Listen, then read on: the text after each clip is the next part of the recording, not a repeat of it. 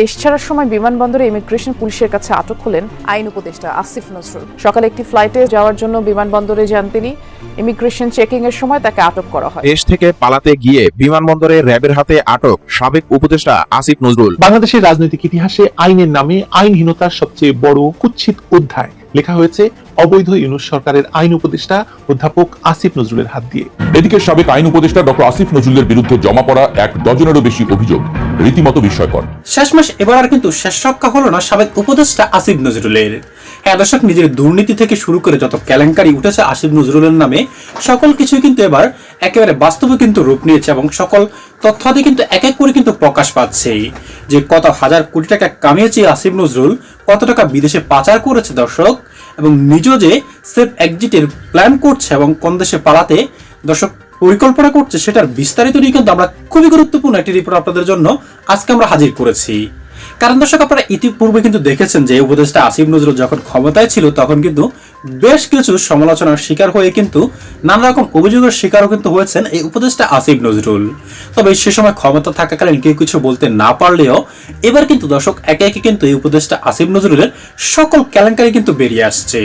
তাই আপনার কাছে এতটুকুই অনুরোধ থাকবে যে আমরা যে গুরুত্বপূর্ণ রিপোর্টটি নিয়ে আজকে আপনাদের সামনে হাজির হয়েছি সেটা অন্তত পক্ষে সম্পূর্ণ দেখবেন, তবে কিন্তু এই গুরুত্বপূর্ণ নিউজটির বিস্তারিত আপনি ভালো করে বুঝতে পারবেন। তাই চলুন সম্মানিত প্রিয় দর্শক, কথা বাড়িয়ে আপনার মূল্যবান সময়টুকু এখানে নষ্ট না করে আগে সেই গুরুত্বপূর্ণ রিপোর্টটি আপনাদেরকে আগে দেখিয়ে নিয়ে আসি। আশা করি আপনারা মনোযোগ সহকারে দেখবেন। হযরত শাহজালাল আন্তর্জাতিক বিমানবন্দরে একটি চাঞ্চল্যকর ঘটনা ঘটেছে। অন্তর্বর্তী সরকারের সাবেক আইন প্রবাসী কল্যাণ এবং যুব ও ক্রীড়া উপদেষ্টা ডক্টর আসিফ নজরুলকে বিদেশগামী ফ্লাইটে ওঠার আগ মুহূর্তে র্যাপিড অ্যাকশন ব্যাটালিয়ন র্যাবের সদস্যরা আটক করেছে বলে জানা গেছে। সূত্রগুলোর দাবি, তিনি দেশ ত্যাগের চেষ্টা করেছিলেন এবং তার সঙ্গে থাকা লাগেজে বিপুল পরিমাণ অর্থ ও সন্দেহজনক নথিপত্র পাওয়া গেছে। ঘটনার বিবরণ অনুযায়ী সকাল 10:30টার দিকে ডক্টর আসিফ নজরুল তার পরিবারের কয়েকজন সদস্য সহ একটি আন্তর্জাতিক ফ্লাইটে যাত্রার প্রস্তুতি নিচ্ছিলেন। বিমানবন্দরে ইমিগ্রেশন কাউন্টারে পৌঁছানোর পর র্যাবের একটি বিশেষ টিম তাকে ঘিরে ফেলে এবং আটক করে। র্যাবের একজন কর্মকর্তা জানান, আমরা গোপন সূত্রে খবর পেয়ে অভিযান চালাই। তার বিরুদ্ধে দুর্নীতি, অর্থ পাচার এবং ক্ষমতার অপব্যবহারের একাধিক অভিযোগ রয়েছে, যা তদন্তনাধীন। দেশ ছাড়ার চেষ্টা করায় তাকে আটক করা হয়েছে। আটকের সময় তার সঙ্গে থাকা লাগেজ থেকে কয়েক কোটি টাকা সমমূল্যের বিদেশি মুদ্রা ও কিছু ডকুমেন্ট উদ্ধার করা হয়েছে বলে প্রাথমিকভাবে জানা যায়। তবে এই অর্থের পরিমাণ বা উৎস সম্পর্কে বিস্তারিত তথ্য এখনও প্রকাশ করা হয়নি। র্যাবের পক্ষ থেকে বলা হয়েছে, আটককৃত ব্যক্তিকে প্রাথমিক জিজ্ঞাসাবাদের পর আইনি প্রক্রিয়া অনুসরণ করে আদালতে হাজির করা হবে। ডক্টর আসিফ নজরুল অন্তর্বর্তী সরকারের গুরুত্বপূর্ণ পদে দায়িত্ব পালন করেছেন। তিনি আইন উপদেষ্টা হিসেবে শুরু করে পরে প্রবাসী কল্যাণ এবং সর্বশেষ যুব ও ক্রীড়া উপদেষ্টার দায়িত্বে ছিলেন। সম্প্রতি টি-20 বিশ্বকাপে বাংলাদেশ দলের অংশগ্রহণ না করার সিদ্ধান্ত নিয়ে তিনি বিতর্কের মুখে পড়েন। জাতীয় দলের সিনিয়র সহকারী কোচ মোহাম্মদ সালাউদ্দিন তার বিরুদ্ধে মিথ্যা বক্তব্য দেওয়ার অভিযোগ তুলে ক্ষোভ প্রকাশ করেছিলেন। এছাড়া সামাজিক যোগাযোগ মাধ্যমে তার বিরুদ্ধে হাজার কোটি টাকা পাচারের অভিযোগ উঠেছে, যদিও এসব অভিযোগ এখনও আনুষ্ঠানিকভাবে প্রমাণিত হয়নি। অন্তর্বর্তী সরকারের দায়িত্ব ছাড়ার পর গত কয়েকদিনে তিনি রাজধানীর হেয়ার রোডের সরকারি বাসা ছেড়ে দেন। ফেসবুকে একটি আবেগঘন পোস্টে তিনি লিখেছিলেন, বাসাটির জন্য অনেক মায়া লাগছে, বিদায় হেয়ার রোড। এই পোস্টটি অনেকের নজর কেড়েছিল এবং কেউ কেউ এতে রাজনৈতিক অর্থ খুঁজে পেয়েছিলেন। এদিকে সাবেক আইন উপদেষ্টা ডক্টর আসিফ নজরুলের বিরুদ্ধে জমা পড়া ১ ডজনেরও বেশি অভিযোগ রীতিমতো বিস্ময়কর। একজন আইনজ্ঞ হিসেবে যিনি আজীবন আইনের শাসন প্রতিষ্ঠার কথা বলতেন, তার বিরুদ্ধে মামলা বাণিজ্য, জামিন বাণিজ্য এবং বিচারক বদলির মতো গুরুতর সব অভিযোগ উঠেছে। একটি সুনির্দিষ্ট অভিযোগে দাবি করা হয়েছে যে ডক্টর আসিফ নজরুল জামিন বাণিজ্যের মাধ্যমে কোটি কোটি টাকা পকেটে পুরেছেন। উদাহরণস্বরূপ, একটি শিল্প গ্রুপের সিইও জালিয়াতির মাধ্যমে তার ভাই এবং বোনের সম্পত্তি আত্মসাৎ করেছিলেন। পিবিআই এর তদন্তে জালিয়াতির প্রমাণ মেলার পর আসামির বিরুদ্ধে গ্রেপ্তারি পরোয়ানাও জারি করা হয়। কিন্তু অভিযোগ বলছে, আসিফ নজরুল ২০ কোটি টাকার বিনিময়ে সেই ভিআইপি আসামিকে জামিন দেওয়ার নির্দেশ দিয়েছিলেন। শুধু তাই নয়, গান বাংলা টেলিভিশনের কর্ণধার কৌশিক হোসেন তাপসের জামিনও তিনি বিপুল অঙ্কের অর্থের বিনিময়ে করিয়েছেন বলে অভিযোগপত্রে উল্লেখ করা হয়েছে। অভিযোগ, গত 18 মাসে দায়িত্ব পালনকালে তিনি টাকার বিনিময়ে এমন অসংখ্য জামিন করিয়েছেন। আসিফ নজরুলের বিরুদ্ধে অভিযোগের ফিরিস্তি এখানেই শেষ নয়। বিচারক ও সাব রেজিস্ট্রার পদায়নেও তার বিরুদ্ধে সীমাহীন দুর্নীতির অভিযোগ আনা হয়েছে। দুর্নীতি দমন কমিশনে জমা হওয়া তথ্য অনুযায়ী ঢাকা এবং এর আশেপাশে গুরুত্বপূর্ণ এলাকায় বিচারক বদলি করতে তিনি নাকি 50 লাখ থেকে শুরু করে 2 কোটি টাকা পর্যন্ত ঘুষ নিতেন। উপদেষ্টা হিসেবে দায়িত্ব নেওয়ার পরপরই তিনি উত্তরা, বাড্ডা, গুলশান ও সাভারের মতো লাভজনক এলাকার সাব রেজিস্ট্রারদের বদলি করেন। আর এই বদলি বাণিজ্যের মাধ্যমেই কোটি কোটি টাকা হাতিয়ে নিয়েছেন বলে অভিযোগ করা হয়েছে। বিশ্লেষকরা বলছেন, বিচার ব্যবস্থার মতো একটি সংবেদনশীল জায়গায় যদি আসলেই এমন অর্থের লেনদেন হয়ে থাকে, তবে তা রাষ্ট্রের জন্য চরম অশনি সংকেত। পরিবেশ রক্ষার আন্দোলনে যিনি সারা জীবন সোচ্চার ছিলেন সেই সাবেক পরিবেশ উপদেষ্টা সৈয়দা রিজওয়ানা হাসানের বিরুদ্ধেও অন্তত 8টি দুর্নীতির অভিযোগ জমা পড়েছে। এর মধ্যে পরিবেশ অধিদপ্তরের একাধিক উন্নয়ন প্রকল্প থেকে অর্থ আত্মসাতের অভিযোগটি সবচেয়ে বেশি নজর কেড়েছে। বাংলাদেশের রাজনৈতিক ইতিহাসে আইনের নামে আইনহীনতার সবচেয়ে বড় কুৎসিত অধ্যায় লেখা হয়েছে অবৈধ ইউনূস সরকারের আইন উপদেষ্টা অধ্যাপক আসিফ নজরুলের হাত দিয়ে। যে ব্যক্তি নিজেকে সংবিধানের ব্যাখ্যাকারী হিসাবে এবং মানবাধিকারের রক্ষক বলে দাবি করেন, সেই ব্যক্তির শাসনামলে বিচার বহির্ভূত হত্যাকাণ্ড, গণপিটুনি, সাংবাদিক নির্যাতন, জঙ্গি মুক্তি এবং যুদ্ধাপরাধীদের পুনর্বাসন সবকিছুই আইনের ছদ্মবেশে প্রতিষ্ঠা পেয়েছে। আসিফ নজরুলের আসল অপরাধ শুধু এই নয় যে তিনি আইনকে রাজনৈতিক হাতিয়ার বানিয়েছেন, বরং তার প্রকৃত অপরাধ হলো তিনি আইনের মর্যাদাকেই ধ্বংস করেছেন, বিচার ব্যবস্থাকে একটি প্রতিশোধমূলক যন্ত্রে পরিণত করেছেন এবং রাষ্ট্রযন্ত্রকে এমন এক জায়গায় নিয়ে গেছেন যেখানে মানবাধিকার শব্দটি শুধু বিদেশি দাতা গোষ্ঠীর প্রতিবেদনের জন্য থাকে। দেশটা যদি সভ্য হতো তাহলে আসিফ নজরুলকে তার এই 18 মাসের অপকর্মের দায়ে কি শাস্তি পেতে হতো। অন্যদিকে আসিফ নজরুলের কাজ হয়ে গিয়েছিল শুধু যুদ্ধাপরাধীদের মুক্তি দেওয়া এবং মুক্তিযুদ্ধের চেতনার অপমান করা। ঘাতক দালাল নির্মূল কমিটির শাহরিয়ার কবিরকে বিনা অভিযোগে গ্রেপ্তার করা হয়েছে, যেখানে তাকে 2013 সালের হেফাজতে ইসলামের সমাবেশে হত্যার মামলায় জড়ানো হয়েছে, অথচ কোনো প্রমাণ নেই। অন্যদিকে দণ্ডিত যুদ্ধাপরাধী জামায়াত নেতাদের মুক্তি দেওয়া হয়েছে এবং যুদ্ধাপরাধীদের আইনজীবীদের আন্তর্জাতিক অপরাধ ট্রাইব্যুনালের চিফ প্রসিকিউটর করা হয়েছে। এটা কি আইনের শাসন, না এটি ইতিহাসের সাথে বিশ্বাসঘাতকতা? মৃত্যুদণ্ডপ্রাপ্ত আসামি যুদ্ধাপরাধের দায়ে এটিএম আজহার এখন সংসদ সদস্য হয়েছে, তার কারণে বাচ্চু রাজাকার ঘুরে বেড়াচ্ছে। আসিফ নজরুলের এই সিদ্ধান্তগুলো যদি সভ্য সমাজে বিচার করা হতো তাহলে মৃত্যুদণ্ডের একমাত্র উপায়, কারণ এটি কেবল অপরাধ নয় বরং একটি জাতির আত্মপরিচয়ের হত্যা। আসিফ নজরুলের আরেকটি বড় অপরাধ হলো বিচার ব্যবস্থাকে ধ্বংস করা।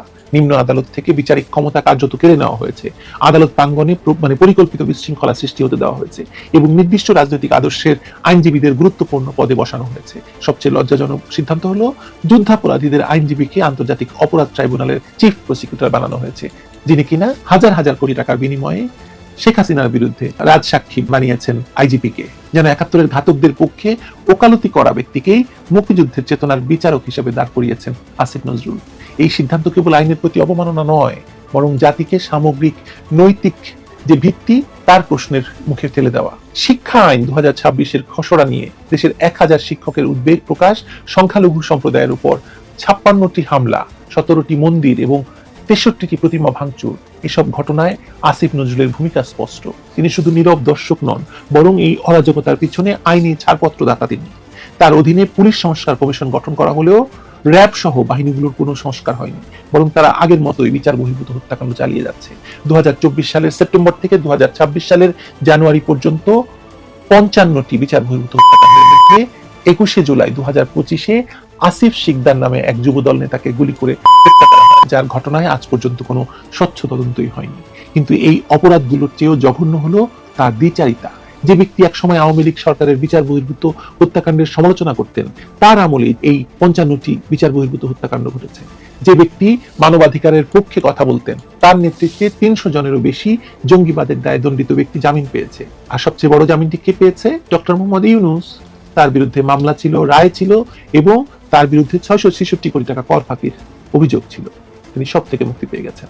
যে ব্যক্তি ন্যায় বিচারের পক্ষে দাঁড়ানোর দাবি করতেন এক সময়, তিনি শাহরিয়ার কবিরের মতো মুক্তিযুদ্ধের পক্ষের শক্তিকে জেলে পৌঁছে দিচ্ছেন, অথচ যুদ্ধাপরাধের দায়ে সাজাপ্রাপ্তদের সংসদে যাওয়ার সুযোগ করে দিচ্ছেন, যুদ্ধাপরাধীদের আইনজীবীদের গুরুত্বপূর্ণ পদে বসিয়েছেন।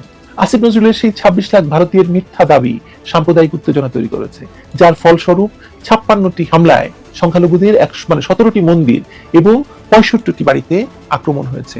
এই পরিসংখ্যান কি দেশের একজন আইন উপদেষ্টার দায়িত্ব জ্ঞানের পরিচয় নয়? তার কারণে বাংলাদেশের ক্রিকেট ধ্বংস হয়ে গেল। তিনি বাংলাদেশের ক্রিকেট দলকে বিশ্বকাপে খেলতে দিলেন না। সবচেয়ে বড় কথা, আসিফ নজরুল তার সংবিধানের শপথ ভেঙেছেন এবং রাষ্ট্রদ্রোহের অপরাধ করেছেন ডক্টর ইউনূসের মতো। রাষ্ট্রপতি ডক্টর ইউনূসের বিরুদ্ধে যেসব অভিযোগ এনেছেন সংবিধান লঙ্ঘনের, রাষ্ট্রদ্রোহের অপরাধের, একই অপরাধে আসিফ নজরুল দোষী। তার বিরুদ্ধেও রাষ্ট্রদ্রোহের মামলা অবশ্যম্ভাবী।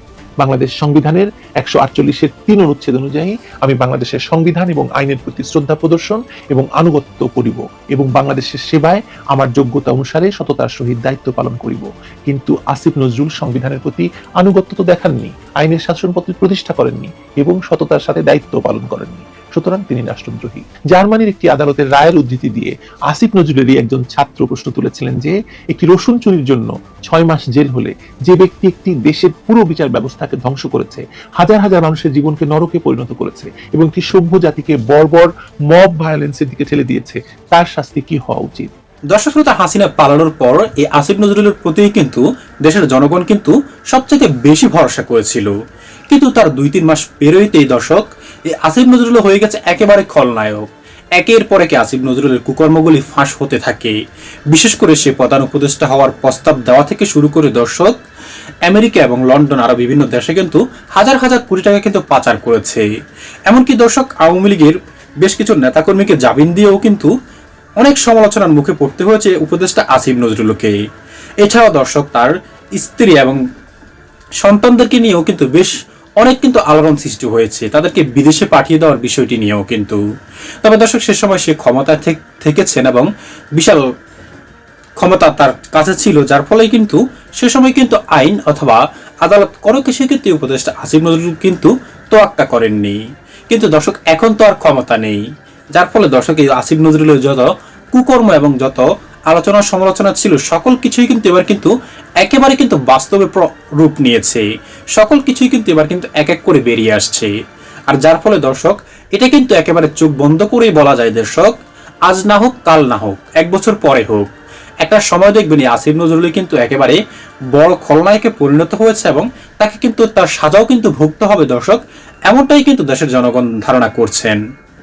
কারণ দর্শক আওয়ামী লীগের যে নেতাকর্মীরা দেশের টাকা পাচার করেছে তাদের সেজন্য কিন্তু ফল ভুগতে হয়েছে।